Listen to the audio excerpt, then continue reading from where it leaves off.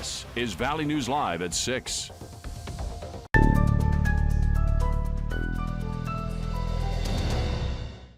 We begin with a VNL investigation tonight. Thanks for joining us. I'm Justin Betty. And I'm Stacey Van Dyke. Valley News Live has uncovered new information regarding the apparent recent closure of Epic Companies out of West Fargo. A current investor with the developer says the company recently laid off several employees and is having trouble making payroll. Valley News News' Courtney Lockey joins us now live in studio to break it all down for us. Courtney.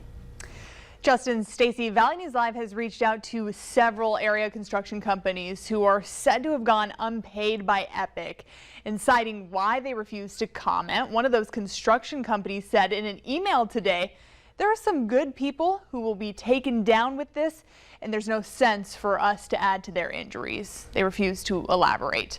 We also received this email in which the VP of Epic Companies appears to say he's resigning from his position, adding that a new board will need to be chosen. He also addresses the president of Epic facing a medical emergency, which has also been reported by several whistleblowers. Valley News Live also reached out to the city of West Fargo, who says they haven't received official information on the closure of Epic Companies. We'll continue to dig into the story and update you with new developments.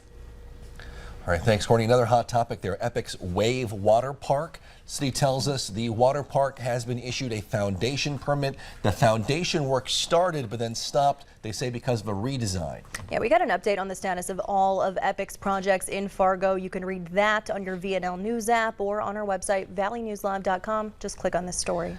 And the weather department, we now officially have a First Alert weather day on the way for tomorrow. For the latest on that, here's First Alert Storm Team Chief Meteorologist Russ Thomas. Russ. Yeah, we just updated this about half an hour ago. Reason being, each weather model run showing better chance of seeing more rainfall, especially Fargo areas east to the point of maybe 2, 3, even 4 inches in some parts of the region. That's why we have this First Alert weather day for tomorrow through early Wednesday morning. Take a look at our rain gauge forecast. What are we expecting as we head into the daytime hours tomorrow through Wednesday morning? Fargo could see about 1.7 inches of rainfall. Now, it's interesting. There's a very good or solid line of demarcation there between where we're going to see rain and not. Devil's Lake, not expecting anything. How about Detroit Lakes? About 2 1/4 inches of rainfall. So this is really impacting in Fargo, areas south, areas east. Right now we look outside, we're seeing a generally cloudy afternoon. We've seen a little bit of sunshine sneak in there from time to time. 71 degrees in Fargo, 72, so very comfortable temperatures out there. Grand Forks with that 72, 64 Fergus Falls,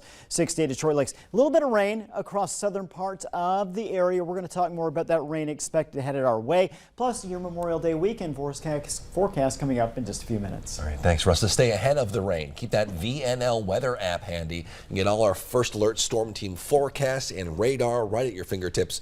Download and use it for free. Just search VNL Weather in the App Store today. Moorhead police are asking for help finding 35-year-old Vanita Abbott. They say she was last seen leaving the 3000 block of 41st Avenue South wearing a tan t-shirt, pink leggings, and tan sneakers. She's 5'9" with green eyes, weighs about 130 pounds. If you have any information, call police at the number on your screen. Happening right now, the Grand Forks School Board is meeting to discuss a complaint against the district superintendent. A special meeting just got underway at 5:30. The only item on the agenda is recommendations from School Board President Amber Flynn regarding a personnel complaint about Superintendent Terry Brenner. Valley News Live received a tip back in April that Brenner was on administrative leave. The district refused to confirm the leave, only saying the district does not comment on personnel matters. We'll update you as we learn more tonight.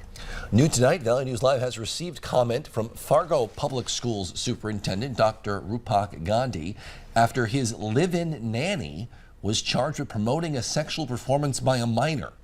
33-year-old Ashley Peterson was teaching at Davies when she allegedly sent lewd photos on a Snapchat to a 17-year-old boy. She denied the allegations but was fired 3 days later.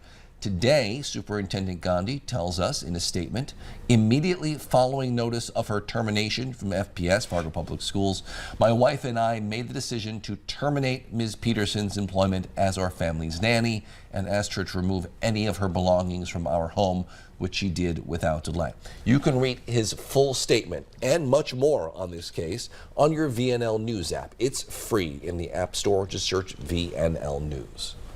The Cass County Sheriff's Office is investigating an alarming 911 call this morning. The caller said there's going to be a murder-suicide at the Cass County Courthouse today, then hung up. Because that call was made anonymously, the Cass County Sheriff's Office has not determined the validity of the comment. There has been additional security at the courthouse all day. Fargo police say 2 people have been arrested after an assault downtown was all caught on video. 2 people on your screen here were arrested on aggravated assault charges last night. The incident happened overnight on Sunday, May 12th, a little over a week ago. However, Fargo police say that assault was never reported. When they got a hold of the video about a week later, officers then filed a report. We'll continue to update you on this story once formal charges are filed.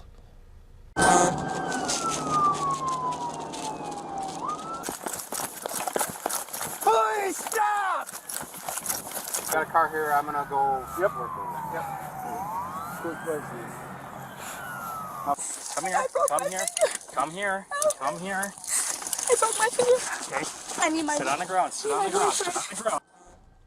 We're getting a look at the video that led to the arrest of a Fargo man back in November. Bobby James was sentenced this month. Police were trying to find a stolen vehicle when they spotted James on I-29 in a red SUV. He took off for 12th Avenue North exit and crashed soon after. James then took off running. 2 others were still trapped in the vehicle. Officers had to break the windows to get them out and take them to the hospital. James was found and arrested shortly after. Police are investigating after a Moorhead gas station was vandalized early this morning. Police were called to the Cenex on 8th Street just before 6:30 a.m. They say a carjack was thrown through that window you see there. Police say nothing was stolen from the store, however. If you have any information about this, you're asked to call Moorhead Police. Meanwhile, Fargo police are investigating their own case of apparent vandalism.